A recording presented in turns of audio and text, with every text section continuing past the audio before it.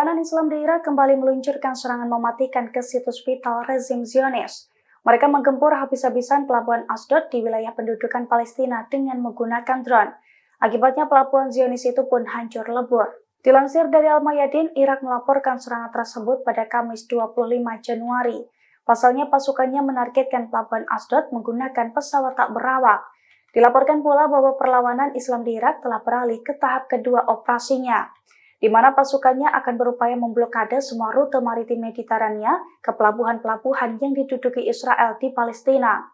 Sekretaris Jenderal Katalib Sayyid al-Shuhada, Abu Ala al-Walay mengumumkan kemenangan itu seusai militer Amerika Serikat menyerang, yang mana Amerika Serikat menargetkan anggota mobilisasi anggota PMF di Al-Qalim.